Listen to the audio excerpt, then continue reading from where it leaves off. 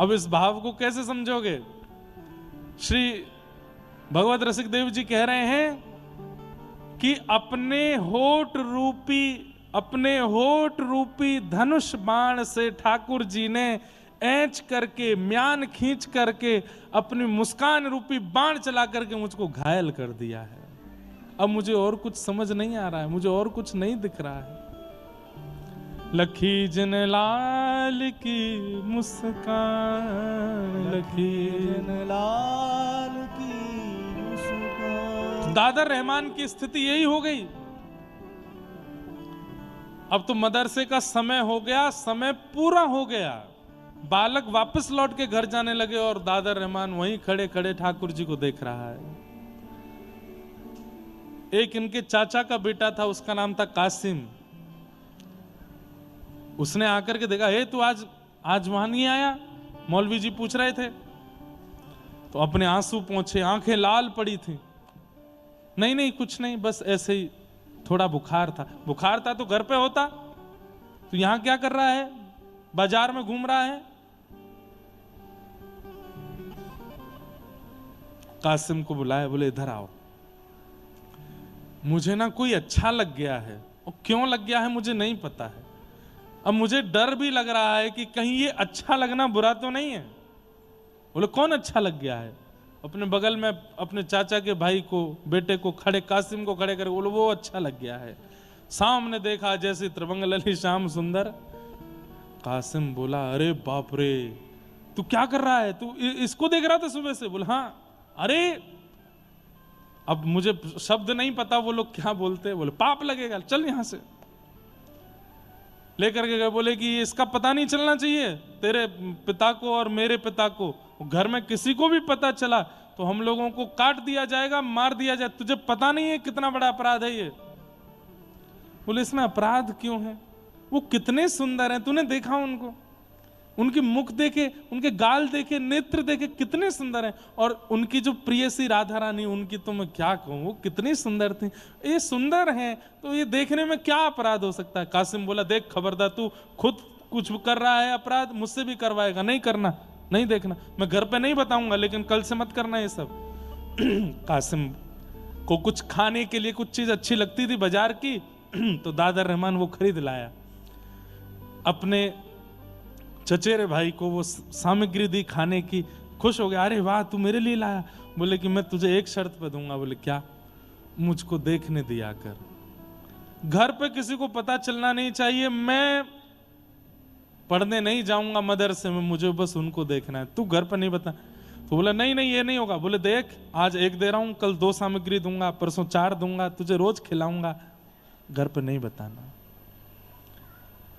कैसी अद्भुत लीला है। तो कासिम घर पे ना पता चले इसकी पूरी व्यवस्था करता था।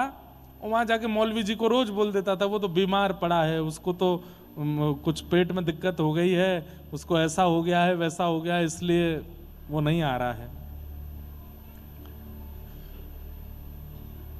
4-5 दिन निकलने के बाद कासिम बोले, देख आज मौलवी जी कह रहे थे अगर दादर नहीं आया तो मैं उसके घर जाके देख के आऊंगा उसको, भाई क्यों नहीं आता है वो। तो दादर रहमान दूसरे दिन चला गया पढ़ने। 4-5 दिन बाद तो मौलवी जी ने बैठाया, बोले कहाँ था तू, क्या था, क्या कर रहा था? तो सब उसने झूठ वूठ बोल के किया। अचानक से उसने पूछ लिया, बोले मौलवी जी एक बात बताइए। बोले क्या? ये काफिरों के भगवान को अगर देख लेते हैं तो उससे कुछ होता है क्या? तो मौलवी जी बोले ऐसा क्यों पूछते हो तुम, देखा है क्या तुमने? नहीं मैंने देखा नहीं, बस पूछ रहा हूं। हम मथुरा में रहते हैं, यहाँ चारों तरफ उनके मंदिर हैं, कभी दिख जाए तो, दिख जाए तो। और बड़े उन्होंने नियम बता दिए, ये ऐसे नमाज करना, फिर ये करना, ये वाला कर्म करना पड़ेगा, वहां तुम्हारा तीर्थ है, वहां जाकर के ये करना पड़ेगा, और ऐसा कर रहे हो तब जाकर के उसका जो पाप होगा वो निकलेगा। दादर रहमान बोला बहुत कठिन है, नहीं करना मुझे। मैं देखने में ही राजी हूं, ज्यादा से ज्यादा पाप ही लगेगा, मरने के बाद जहन्नुम में जाना पड़ेगा। बोले मरने के बाद ही तो जाएंगे, जब तक जीवित हूं तब तक देख लेता हूं, जहन्नुम ही तो जाना पड़ेगा, देखना नहीं छोड़ पाऊंगा।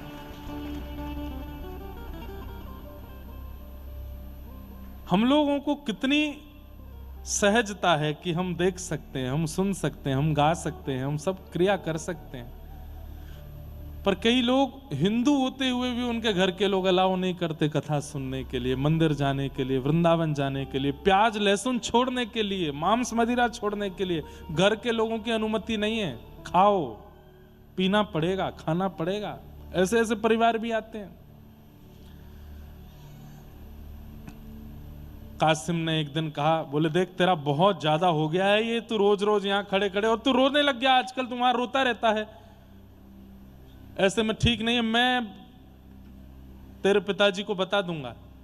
बोले मत बताना, बहुत मारेंगे और दर्शन करना बंद करवा देंगे, मुझे बहुत अच्छा लगता है इनको देखना। बोले मैं बताऊंगा। और कासिम ने जाकर के घर पर बता दिया कि दादर रहमान एक मंदिर के बाहर खड़े होकर दर्शन करता है। ये नहीं बताया रोज करता है, बस इतना कह दिया कि आज किया था, मैंने देख लिया था। इतना मारा पिता ने, इतना मारा कि हाथ की चमड़ी उधर गई दादर रहमान की। बोले तू इनके भगवानों को देखेगा, ऐसा करेगा, ये करेगा, रोते रहे।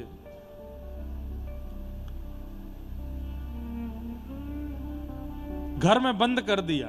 बोले अब तू नहीं जाएगा पढ़ने के लिए। माँ ने समझाया, बोले कि हम मथुरा में रहते हैं, यहाँ चारों तरफ हिंदू ही हैं, अगर किसी की संगति में आकर के उसने गलती कर दी तो आप इतना क्यों मार रहे हैं उसको।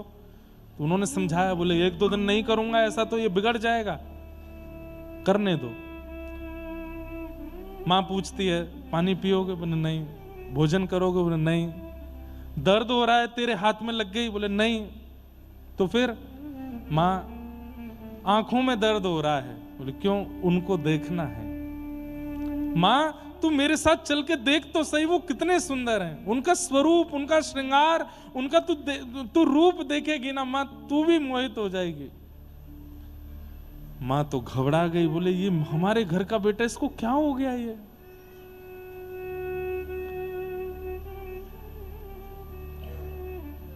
दो चार 10 दिन तक दर्शन नहीं करने दिए, घर से बाहर नहीं जाने दिए। तो दादा रहमान को लगा अब मुझे नाटक करना पड़ेगा, तभी मैं घर से निकल पाऊंगा। तो एक दिन सुबह उठ के नमाज अदा करने लगे।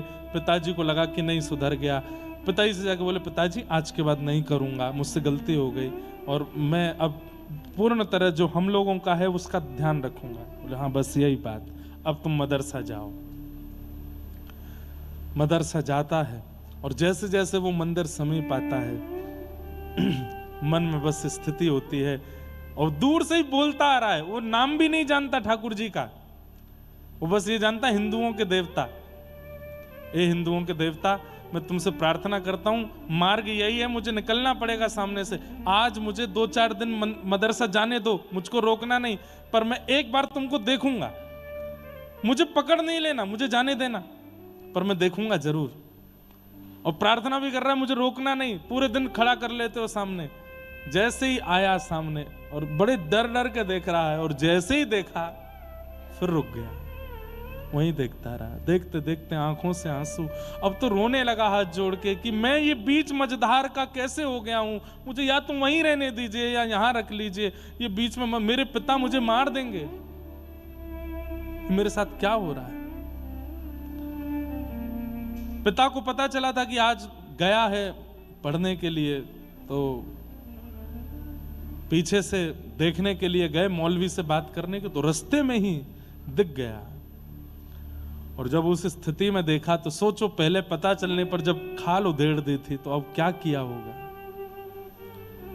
इतना बुरा बर्ताव किया, इतना मारा कि बस प्राण नहीं निकले।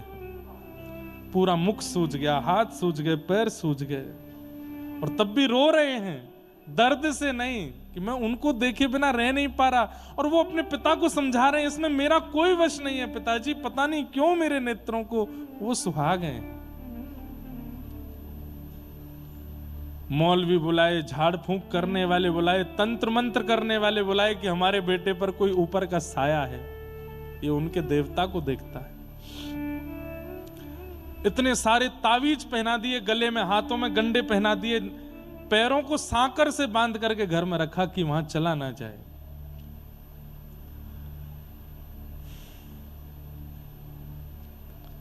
लगन लगी घनश्याम की जाए, लगन लगी घनश्याम की। एक बार जिसे लगन लग जाती है ठाकुर जी की, इसे कहते हैं लगन, इसे कहते हैं स्थिति। कई लोग तो चाहेंगे भी नहीं कि हम इस स्थिति में आवें, पर ऐसी स्थिति सबकी बन नहीं पाती।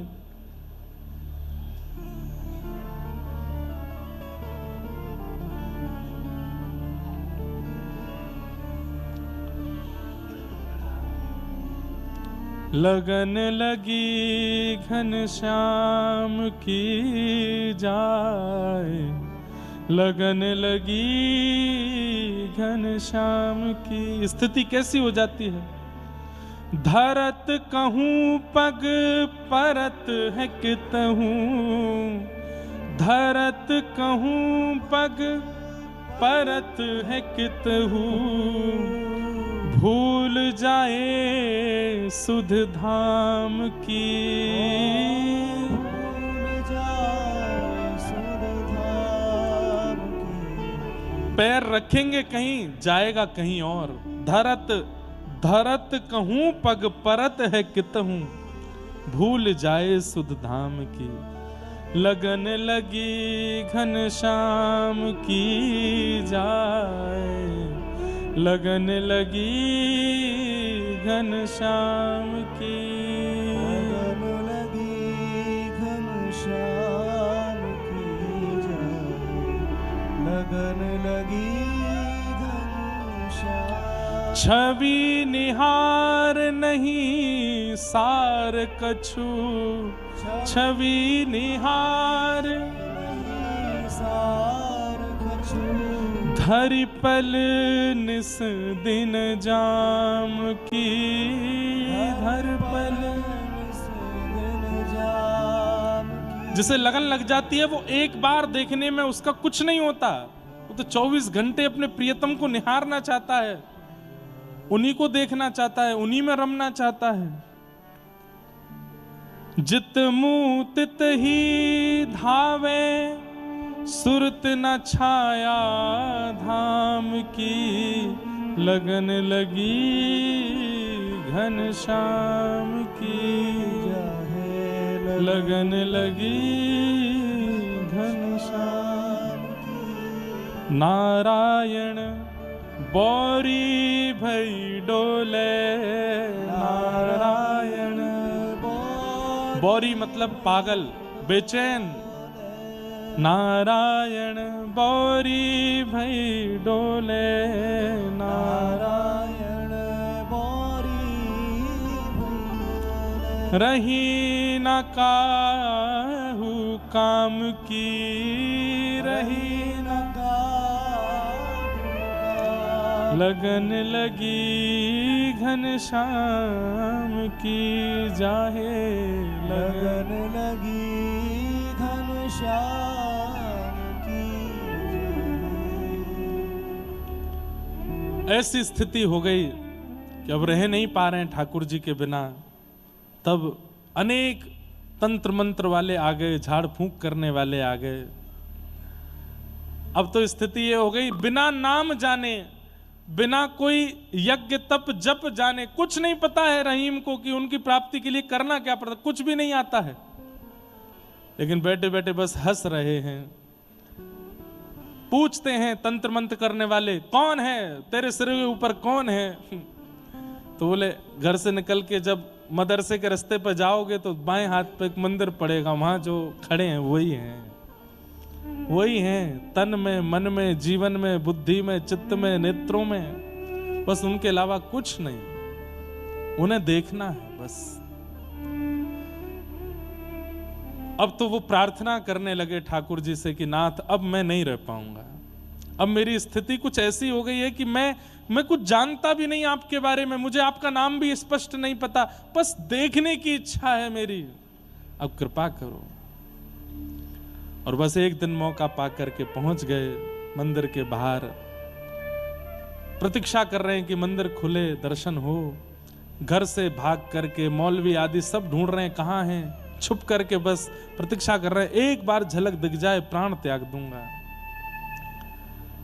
आज जैसे ही ठाकुर जी का दर्शन करने के लिए पहुंचे, कपाट खुलते ही सामने जब श्याम सुंदर को देखा, दर्शन करके नतमस्तक हुए। नतमस्तक होकर के जैसे ही पुनः उठ करके देखा तो ठाकुर जी सचल होकर के प्रकट हो गए और प्रकट होकर के दादर को अपने हृदय से लगा करके अपने में ही विलीन, उसको अपने संग ही ले गए ठाकुर जी। नहीं मिले फिर, ठाकुर जी में ही विलीन हो गए।